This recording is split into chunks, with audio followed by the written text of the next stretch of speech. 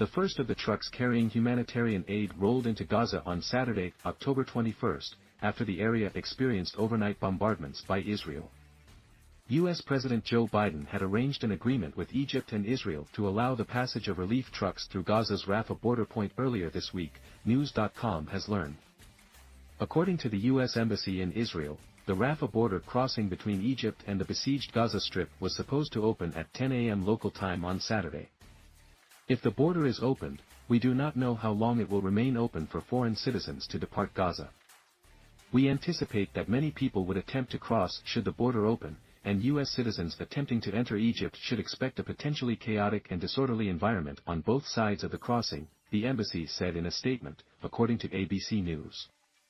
Witnesses have said that the trucks crossed the Rafah border crossing and proceeded into Gaza's southern area, including the major towns of Rafah and Khan Yunis, Reuters reported.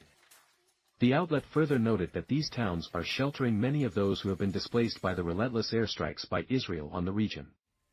It is worth noting that the overnight bombardments conducted by Israel in the Gaza enclave claimed the lives of dozens of Palestinians, per Reuters.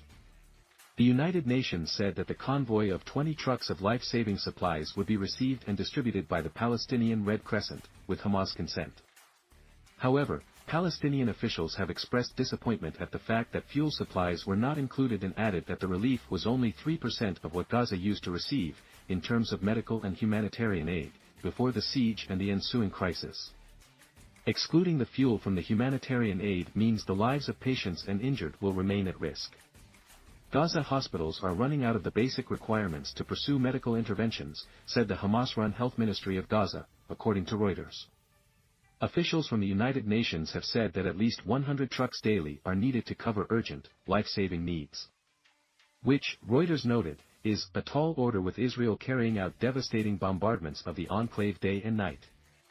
It has been a fortnight since the siege of Gaza by Israeli forces began, in retaliation to the multi-front attack launched by Hamas. The siege resulted in the blocking of essential supplies to the region, which houses nearly 2.3 million people, who have now been cut off from food, water, and power. However, earlier this week, following lengthy talks with U.S. President Joe Biden, Israel agreed not to interfere with the humanitarian aid set to reach Gaza via Egypt. President Biden and Israeli Prime Minister Benjamin Netanyahu talked for hours during Biden's Tel Aviv visit on Wednesday, October 18.